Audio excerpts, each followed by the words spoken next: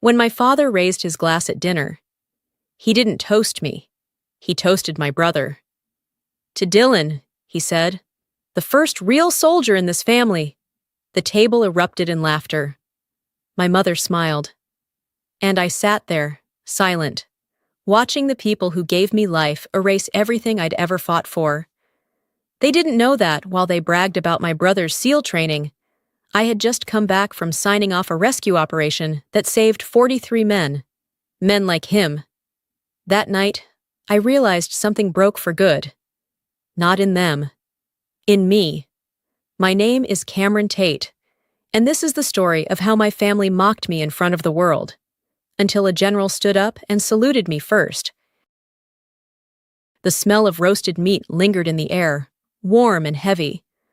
Golden light from the chandelier spilled across the table, catching on the polished silverware that clinked in careful rhythm. My family looked like a portrait of comfort, at least, from the outside. My father spoke first, his voice thick with pride. "To Dylan," he said, lifting his glass. "The Tate name is back where it belongs. My son will serve the Navy, just like his old man did." My mother's laugh followed like a rehearsed cue. She filled Dylan's glass to the rim, then turned to me and poured half a measure. "You shouldn't drink too much, sweetheart. You've got work in the morning, right?" "I just got back from Bahrain," I said quietly. "Oh? Vacation?" she asked, almost absently. I didn't answer. None of them knew where I'd been, or who I'd brought home alive. My father simply shifted the conversation back to Dylan. "He'll be a SEAL soon. Now that's real service. That's a man's work." I cut my steak and smiled, tasting the salt that wasn't from the seasoning. He added, almost as an afterthought, "Cameron's in the service too, but more the office kind, not the field. Paperwork doesn't count." The fork slipped from my hand. I let the silence hang between us, pretending not to hear the edge in his voice. Inside, I felt the weight of 30 years pressing down, the kind that leaves no visible scar. My mother tried to soften the moment. "You've always been strong, dear. You don't need anyone's approval." If only she knew that strength is lonelier than weakness. I looked at the empty chair across from me, the space where recognition should have sat, and finished my wine in one quiet swallow. Later, when the dishes were cleared and their laughter drifted upstairs, I stopped by my old room. Dust coated the photo of me in uniform, taken the day I graduated West Point. I wiped the glass clean with my sleeve and stared at the young woman inside it. I wasn't invisible. They just never wanted to see me. The next morning, I drove past rows of golden trees, the kind that looked peaceful enough to make you forget what silence could do to a person. The radio played a report on a relief mission overseas, an operation I had once commanded. They mentioned every name but mine. I let out a short laugh. That part was always the same. I remembered being 18, holding my West Point acceptance letter, while my father told me it was a school for men. He never came to graduation. Later, when I was deployed to Iraq, my mother sent one message: "Be careful and come home soon. Don't do anything dangerous. Not I'm proud of you. Just don't make waves." My fingers tightened on the wheel as I thought of Aleppo. The heat and dust. The moment General Monroe pinned the Bronze Star on my chest. He said I was the best commander he'd ever seen, and wiser than most, because I knew when to stay silent. So I did. For 10 years. When I reached home, a letter waited in my mailbox, an invitation to Dylan's SEAL graduation in Coronado. The presiding officer's name stopped me cold. General Allen Monroe. I stood there, the paper trembling in my hands, unsure whether I wanted him to recognize me or not. That night, I requested 3 days of leave. Destination, Coronado. The night before my flight, I folded my dress blues on the bed, each medal glinting like a memory I'd rather forget. On my desk lay a photo from Aleppo, me among men twice my size, all of us covered in dust and exhaustion. I turned the frame face down. Commander Davis called. General Monroe asked if I'd be at Coronado. I said I'd attend, off duty. When the call ended, I opened a text from my mother. Bring something light. No need for formal clothes. I almost laughed.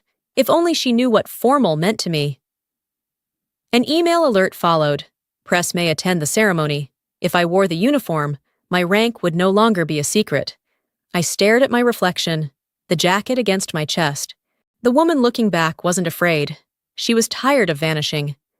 2 suitcases sat open, one with civilian clothes, one with my uniform. 2 lives, 1 truth. I closed the case with a soft metallic click, the sound of a promise. Tomorrow, I would board a flight to San Diego, not as the daughter they pitied, but as the soldier they never saw. The sun over Coronado hit like fire, flags snapping against the wind as families filled the stands. I walked beside my parents and Dylan, my dress blues catching the light. My mother leaned toward another woman, smiling. My daughter works at the Pentagon, desk job, almost ready to retire. The woman nodded politely. I just said, lots of paperwork. At the gate, a young officer saluted. Good morning, General Tate. My father frowned. What did he call you? I met his eyes. Probably a mistake. The ceremony began. Rows of SEALs stood at attention as General Monroe took the podium. His gaze found mine, recognition flickering after a decade. When he spoke of honor and discipline, he stopped mid-sentence, stepped down, and crossed the field, each step echoing like thunder. He halted in front of me. Brigadier General Cameron Tate, ma'am. It's an honor to have you here. The world froze. Then he turned to the microphone. For those who don't know, General Tate once commanded the mission that saved American lives in Aleppo. The crowd rose to its feet in salute. My mother gasped. My father's jaw locked. Dylan, standing among the graduates, lifted his hand, his first salute to me. When the applause faded, I looked at them and thought, I never hid. They just never looked. After the ceremony, the sea wind felt heavier. My mother rushed to me. Why didn't you tell us? I tried, I said. Every time, he changed the subject. My father's voice trembled. You're really a general? Yes, I coordinate the very SEAL operations you just cheered for. Dylan approached, eyes bright. You led Aleppo rescue? I studied that mission. You're the reason I joined. I smiled faintly. Then do it your way, not mine. By sunset, the photo of Monroe saluting me had gone viral inside the Navy. Messages flooded in. Now they all know. My parents drove off in silence. That night, Dylan called. They're stunned, but maybe starting to see. Good, I said. Let them see from where they stand. The next morning, an email waited. General Tate, we need you in Alaska. Severe storm damage. I stared at the silver stars on my desk. Once, I wanted their eyes on me. Now I wasn't sure they'd survive the glare. A week after Coronado, Washington felt colder. Whispers followed me through the Pentagon halls, part awe, part curiosity. Commander Davis caught me outside the briefing room. General, that video went viral. Everyone's talking. I kept walking. Then we work harder. My inbox overflowed. Congratulations from colleagues. A single email from my mother. We're sorry. We just didn't understand. I read it once, then deleted it. That afternoon, a guard called upstairs. General, 2 civilians claim to be your parents. They're asking to see you. I looked out the window at the rain streaking the glass. Tell them General Tate is in a meeting. From my office. I watched them being escorted away. My mother turned back once, clutching a small frame in her hands. I felt the sting deep in my chest, but didn't move. That night, Dylan called. They're falling apart. Dad's reading everything he can about ranks. Mom cries all day. They're learning, I said quietly. Shame is the first step toward understanding. Minutes later, an alert blinked on my screen. Severe blizzard. Anchorage base compromised. Immediate coordination required. I stood, prepped the team. We leave tonight, hours later. The transport plane cut through black skies. The wind howled outside as I studied the map lit in red. When I was 18, I thought. I believed service meant making my father proud. Now I know it means serving without needing to be seen. Before boarding the rescue helicopter, my phone buzzed. Be careful, Cameron. We may have failed you, but we still love you. I folded it shut, staring at the horizon swallowed by snow. Sometimes love comes later than the storm. The blizzard hit like a living thing, wind screaming at 70 miles an hour. Snow cutting visibility to nothing. Squad Alpha, maintain line. Bravo, hold 20 degrees. I ordered over the radio. Static answered back. General, we're losing visibility. Then hold the line by your voice, not your eyes. Thousands of miles away. My parents watched the same storm on TV. The anchor's voice trembled. Operation led by Brigadier General Cameron Tate. My mother cried openly. My father sat frozen. She's out there, he whispered. Alone. We landed hard near the collapsed fuel bay. Snow whipped across our faces. A soldier stumbled. I grabbed his vest. Don't stop. They're waiting for us. Red flares burst through the white, reflecting off my face like fire and glass. 6 hours later, all 43 men were safe. A reporter caught my breathless words on camera. No one was left behind. That's all that matters. The clip aired nationwide, in Virginia. My father rose from the couch, went to my old room, and wiped the dust from my West Point photo. She did what I never could. He whispered. When I returned to D.C., Commander Davis met me at the hangar. You saved lives. General, we saved understanding, I said. That night, a letter waited on my desk. Outstanding leadership under extreme conditions. Recommendation, promotion to Major General. I smiled faintly. Titles don't save anyone, but sometimes they save what's left of faith. Outside, the last snowflake melted against the window. White silence, finally still. 2 months after Alaska. The Pentagon felt quieter than usual. The corridors gleamed under sterile white light, cold and clinical, the opposite of that kitchen where my father once toasted my brother. I had just finished a press briefing when Commander Davis stepped in. General, your parents are here. They're requesting a meeting.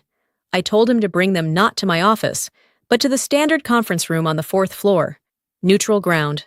No warmth. No comfort. Just truth. When the door opened, they looked smaller than I remembered. Swallowed by the brightness. Dylan followed behind, hat in hand, his face unreadable. For 10 seconds, no one spoke. The only sound was the clock ticking, slicing through the silence. My father finally broke it. We didn't know. We didn't understand. How could you keep something like this from us for so long? I didn't hide it, I said quietly. You just never wanted to see. My mother's voice trembled. We're proud of you, Cameron, truly. No, Mom. You're ashamed. Pride belongs to people who paid attention. You didn't. Her tears came fast, and for once my father didn't interrupt. He took her hand instead. Dylan stepped forward, placed his seal cap gently on the table. I never understood what service meant until I saw you in that storm, he said. They loved me in all the wrong ways, and you were hurt because of it. I nodded. No one taught us how to love right. Dylan, we just learned through mistakes. My father reached into his bag and pulled out a yellowed envelope. We found this in the basement, your letter from Bahrain. We never read it, until now. His voice cracked. You don't have to forgive us. Just know I understand now. I don't need an apology. I said, I just need you to stop comparing us. Dylan isn't anyone's replacement. Light reflected off the metal table, catching our faces. 3 generations framed in clarity. The silence that followed wasn't heavy anymore. It felt like peace. I waited 30 years for this conversation, I said, and I wanted it here, because this is where I learned to stand tall without anyone behind me. When they rose to leave, my mother placed a small frame on the table. A photo of me at West Point. Glass newly polished. We're hanging this one in the center of the house. As the door closed, the room felt still again. I stared at the light glinting off my medals. For the first time, They had seen me, not with pride, but with truth. On my desk, a sealed envelope waited. Recommendation, promotion to Major General. For once, I didn't need to open it to know what it meant. 3 weeks passed before I heard anything from Virginia. The house I grew up in had always been loud with my father's voice and my mother's soft yeses. But that week, it was quiet. The kind of quiet that means people are finally listening. In my office at the Pentagon, I found the scanned copy of the letter I had written 20 years earlier in Bahrain. The paper was yellowed, the corners curled, my handwriting uneven from exhaustion. I began reading, unaware that hundreds of miles away, my parents were sitting on their living room couch, reading the same words from the original envelope they had just discovered in an old box in the basement. Our voices met across time, mine steady and calm, theirs breaking with each line. I never wanted to be called a hero. The letter began. I only wanted my father to look at me the way he looks at a real soldier. Maybe one day he'll be proud of Dylan, and I'll be proud of him too. But I hope he remembers that courage isn't just in pulling a trigger. Sometimes it's in enduring misunderstanding and still choosing to serve. My father stopped reading. The paper trembled in his hand. His eyes glistened under the lamplight. "I'm not the man who taught her courage," he whispered. "She's the one who taught me." My mother sat beside him with a sewing kit on her lap. She unfolded the faded American flag that once hung in our hallway the day he retired from the Navy. The edges were frayed, the colors dulled, threading a needle. She began mending the tears one by one. When she finished, she pressed the flag into his hands. "We'll keep this," she said softly, "to remember that honor isn't what you say, it's what you fix." The old clock ticked. The walls, for once, seemed to breathe again. Back in D.C. My phone rang. The Secretary of Defense's assistant was on the line. "General Tate, your promotion has been approved. Congratulations, Major General." I smiled, letting the moment settle like a quiet tide. "Thank you, sir," I said. "This time, my family will know." That night, 2 scenes unfolded at once.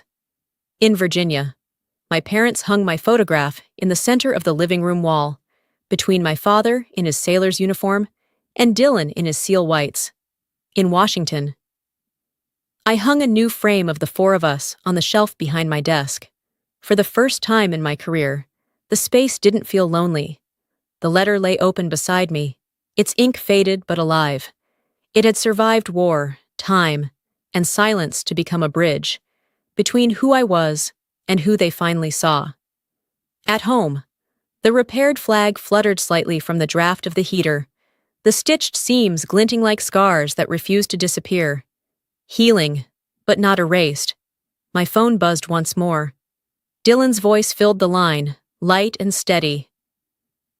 "They put your picture in the middle, you know?" I laughed softly. "After 30 years, that wall's finally breathing again." I turned toward the window, where dusk washed the sky in gold and blue. The reflection caught the 2 silver stars on my shoulder. Honor isn't something you win, I thought. It's what remains when you stop fighting to prove it. Outside, the city lights flickered like a heartbeat finding its rhythm again, and far away, in a quiet house in Virginia, the sound of forgiveness filled the walls that had once held silence. 1 year later, the ocean would call again, this time from Guam. A year after my promotion, the mornings in Guam began with light spilling over the Pacific. Soft, endless, forgiving. I ran along the shoreline each day, the waves breaking in their familiar rhythm, the same rhythm that once filled battlefields and now filled the quiet between heartbeats. The sea roared, but inside me there was only calm. In my office overlooking the water, I hung 2 photographs. One showed the rescue team in Alaska, faces streaked with snow and victory. The other, newly framed, held my family, my father, mother, Dylan, and me. For the first time, we all seemed to belong in the same picture. That afternoon, a letter arrived in my inbox, scanned from my father's handwriting. "My daughter, now I understand why the ocean has always called to you. It doesn't need anyone to call it strong. It just is. I folded the paper gently and placed it in a file marked Personal Courage. When I stepped outside, the wind caught my hair, warm and salt-sweet. Sunlight glinted on the 3 golden stars on my shoulder. 3 quiet truths: resilience, recognition, release. My phone buzzed. A message from Dylan aboard his ship. "Sis, the sun's rising. It looks just like the morning I saw you saluted in Coronado." I smiled, typing back. "You see it now, don't you? The point isn't to be seen, it's to keep that light inside, even when no one's watching." The tide rolled in, steady and sure. I looked out at the horizon and whispered, "I used to think I needed to be seen. Now I know, light never asks for permission to shine."